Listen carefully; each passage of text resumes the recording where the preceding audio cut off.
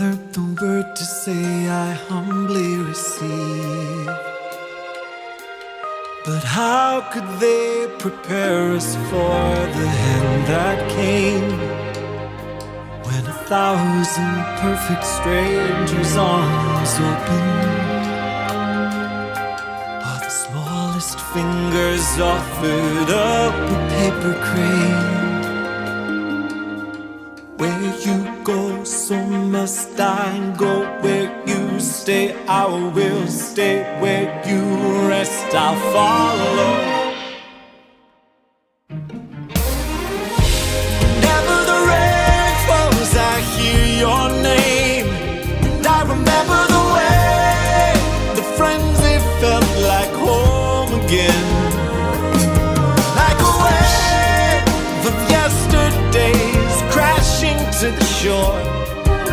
I close my eyes and I'm carried away.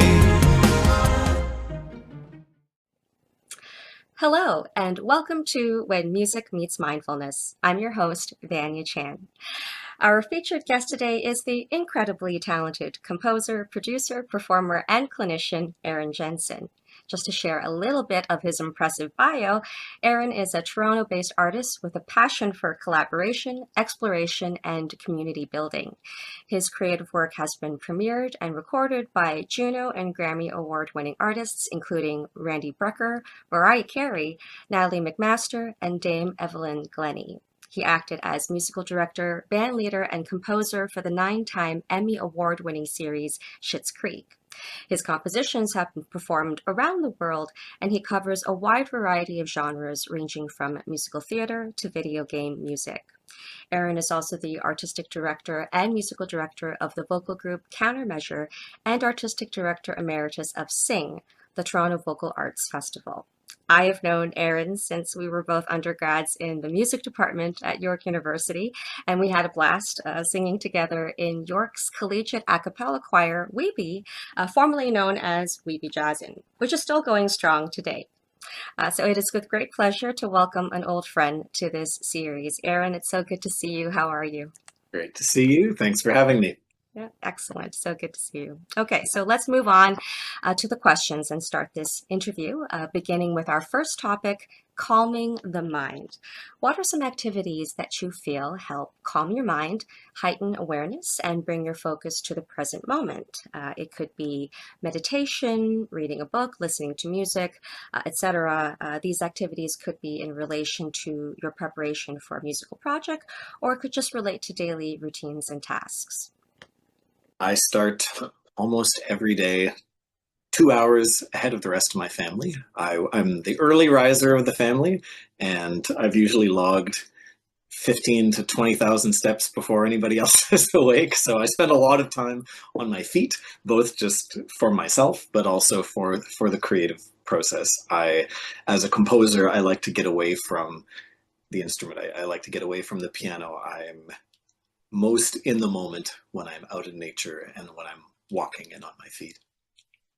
I don't take time off very well. Like when I travel, when I'm on the beach, like I always have a front of mind project or puzzle that I'm working on, some creative project that I'm trying to figure out.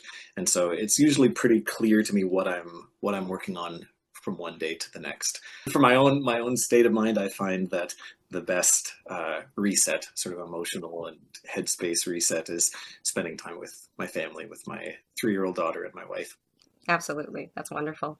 In terms of you're a performer as well. We'll talk more about that later. But in terms of winding down, this is something that I've started hearing about from people. Like there's the adrenaline high from performance. So in terms of calming your mind after a show, is there something that you can do for yourself, or that you do for yourself to sort of settle the thoughts after an exciting show?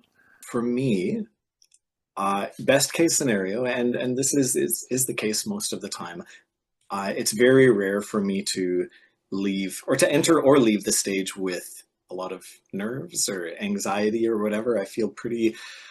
I'm lucky to perform with performers that I have known for more than a decade. And so I feel a really intense comfort and ease. And even when there are curveballs, it's a sense of gratitude, and I feel like I'm not having to reset. In some ways, I find that when I do perform, that it fills the cup. And if anything, leaving the stage rather than trying to get back to a sense of equilibrium, I'm more likely wanting to extend that, to like turn a performance into a social hang or something like that, because so much of my time is spent in isolation. So much of the work that I do is introverted and at home by myself, and so it is I lean into the social aspect of performance.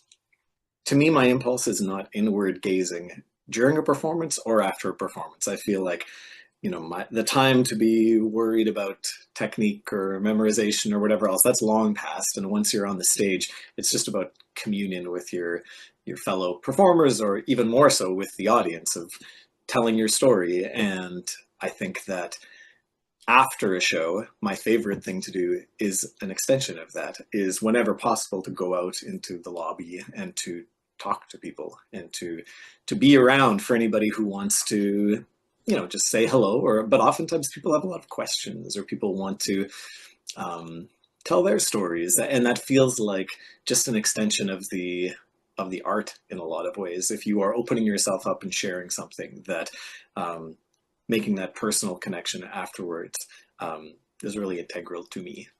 Wonderful. So this segues nicely into our second topic, organizing our thoughts. So as I've said before, you are an artist that wears many hats. Do you find that you have a specific artistic and organizational process for the different kinds of projects that you undertake? For instance, you've been musical director, band leader, and composer for Schitt's Creek. Like, how does that preparation for the kind of for that kind of project differ from your work as artistic and musical director of Countermeasure? I am very process oriented. With whatever the piece is, I'm not a multitasker. I like to have a paper and pen and put everything out. And whether it is a short-term project or a project that I know is going to span years and involve multiple collaborators, or I'm oftentimes the point of contact. So I finished a orchestra project a couple of years ago, and so I would have been the point of contact with the conductor and the players and the recording studio and the videographers and whatever else. And it's just overwhelming unless you put everything down.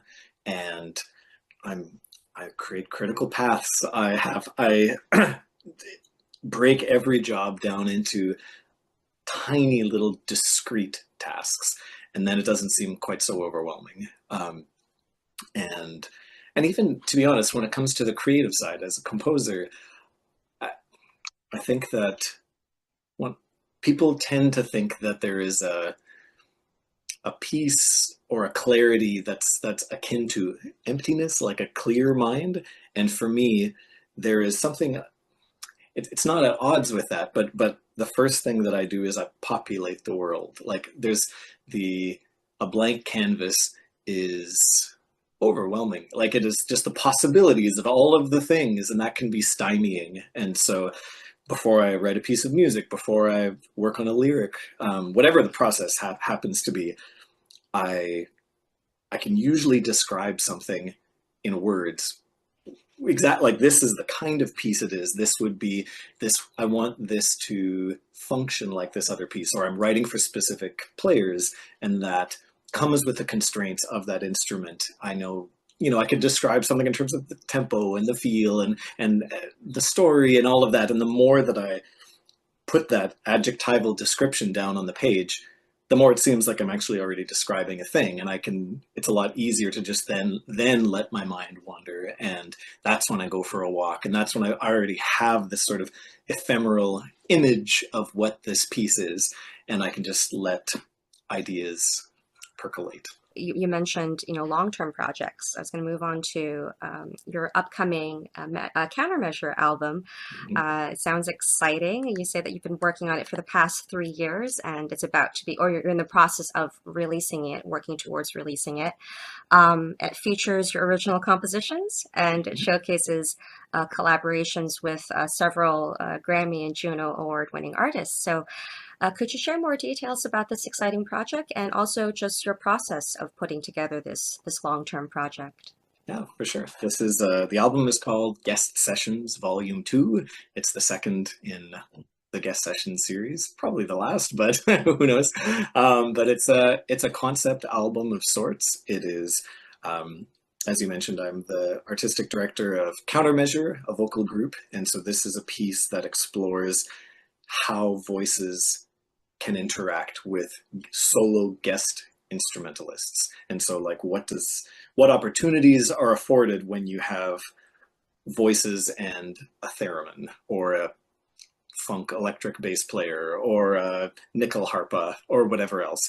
And yeah, the process has really differed from piece to piece, as it did on the previous album. In some cases,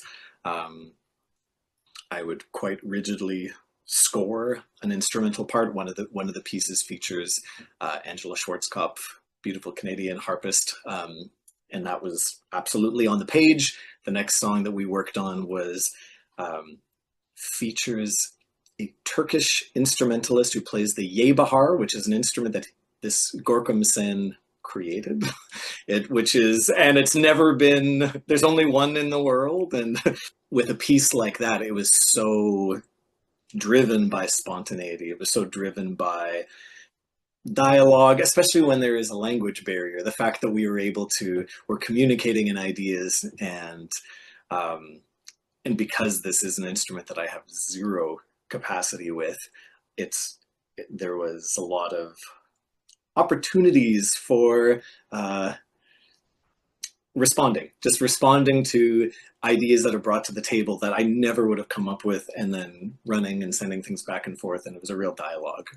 Okay, no, that's wonderful. And it sounds like a big part of the process is really knowing the individual that you're working with, knowing who you're collaborating with, understanding their process as well, so that you can effectively either score something specifically or give room for improvisation for those particular artists. Yes, and that extends, I would say, not only to the music as the sort of the musical collaboration of knowing how to put a performer's mind at ease when they're in the studio, what's going to make somebody come to life, because I'm wanting to write each piece in the style of this performer so that it's a real showpiece for them.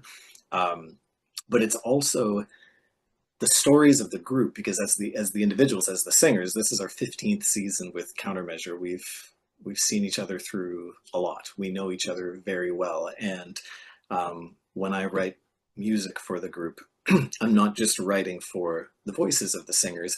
In many cases, I am documenting shared experiences, or I'm writing lyrics based upon really impactful life events of members of the group, and whenever possible, to find connections between the players, of choosing a player carefully with the soloist, the vocal soloist, for instance. So one of the pieces on this newer album features Braylon Lacey on bass, who is the bassist for Erykah Badu's album Mama's Gun, which was absolutely one of my favorite albums growing up, and is one of the most formative albums of one of our alto singers, Quinn. And so when I was writing a song for her, it's like talking to her about, well, what is it about this body of music that really connects with you? How can I write something that tells your story, that features your voice, and supports that with this player that you already have this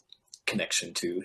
And many of the players came to me because they came to the table, they came to the conversation because singers in the group had some affinity for. In some cases, it was Kaki King, who's the who plays guitar, was the inspiration of one of our members to apply to music. So everybody has their different entry points, and that is also a big part of the process of taking it all in, the music and the personalities and the shared histories.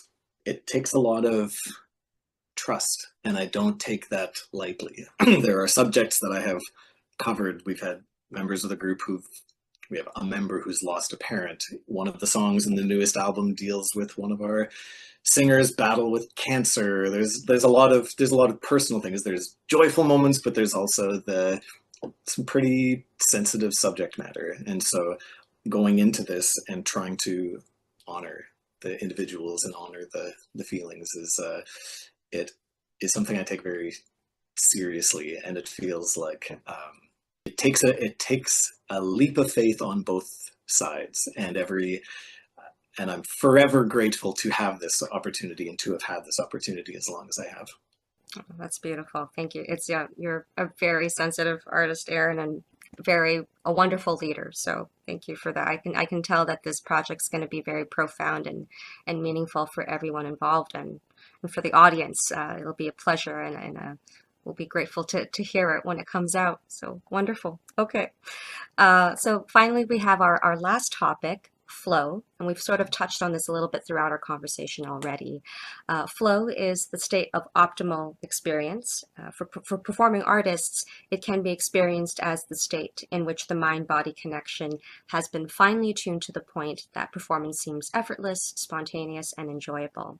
For composers, and I've talked with other composers about this, flow involves being in tune with your inner creative compass, understanding the subtle nudges towards what you feel is the right direction for your work. And then and as we talked about, flow can apply to collaborative work with fellow artists, whether singing together in an ensemble or working cohesively as a team to put together the elements of a creative project.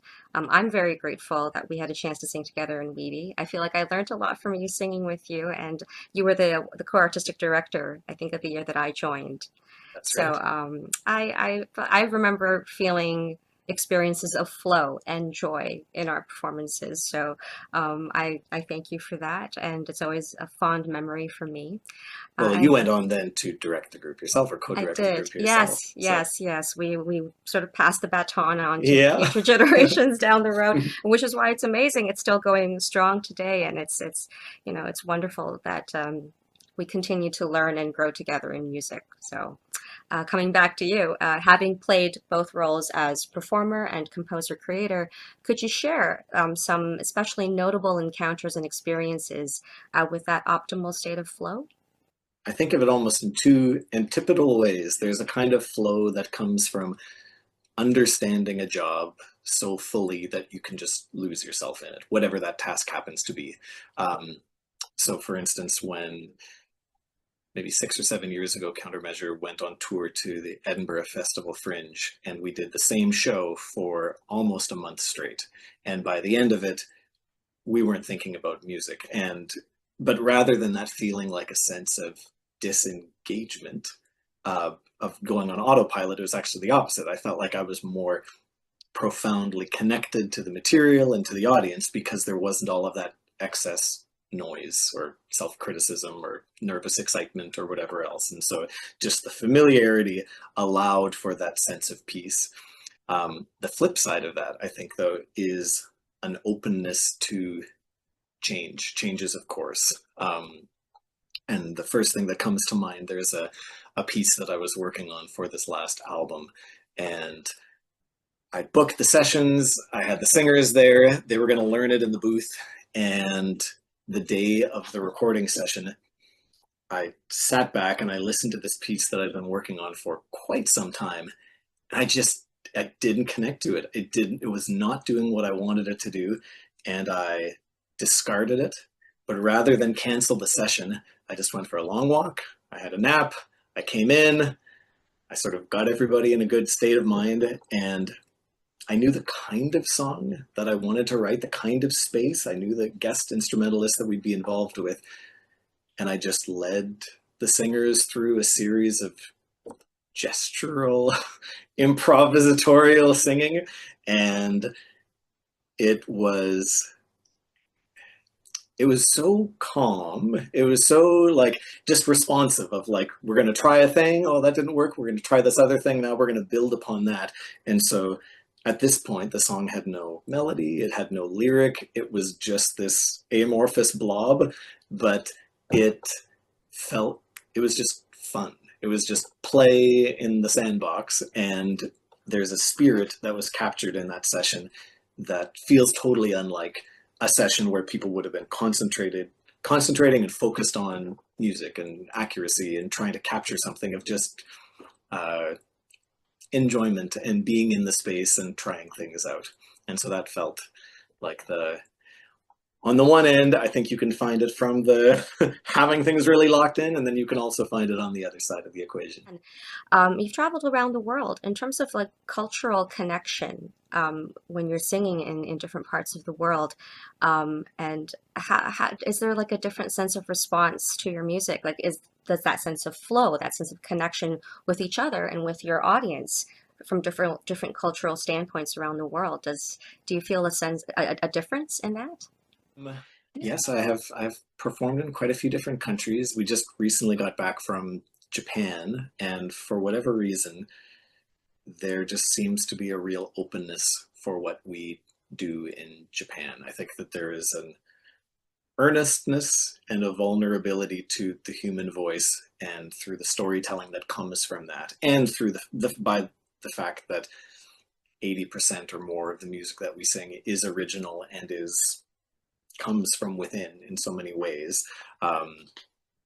One of the songs that we perform is a song that was inspired by our first trip to Japan, in fact. And so it's this sort of circular thing. The first place that my head goes regarding flow and touring actually is on the logistic side. It is the side of when you have hotels and cars and sound checks and presenters and sometimes language barriers, and being able to center yourself and connect with each other so that it's not just the stressors that come from performance, to take the time to engage and to laugh and to, I would rather have a show with more quote unquote errors than for everybody's shoulders to be raised because they're nervous about the situation that they're walking into. And there are times, like we've had experiences where we had a concert years ago where there was an entire wall filled with wine bottles that just disconnected from the wall and crashed a foot beside us in the middle of one of our songs. We've had performances where people's flights were canceled and they had a red-eye flight and had 1 hour to get from the airport to the concert, and like being able to understand that we're going to be seeing each other exhausted. We're going to be seeing each other where we've missed the time that we wanted to have our meal or whatever else, and just being supportive through that and trusting that the music, the time that we've spent on the music is sufficient. And at this point, the difference between forgetting a lyric or, that it doesn't matter anymore at that point. It's just about being present. Yeah, being present and really remembering and keeping in mind and in heart the real reason for everything that we do. It is very easy to get lost in the logistics, as you said. Mm-hmm. So, and it's great when you have a wonderful group of people that are like-minded, kindred spirits. Thank you, Aaron, for taking time out of your busy schedule to share your experiences in the music business and your thoughts and mindful approaches to making music. And I look forward to the release of your upcoming Countermeasure album. So please keep me posted on the details, and I'll help get the word out. And to our audience, thank you for tuning in. See you next time on When Music Meets Mindfulness. Thanks for having me.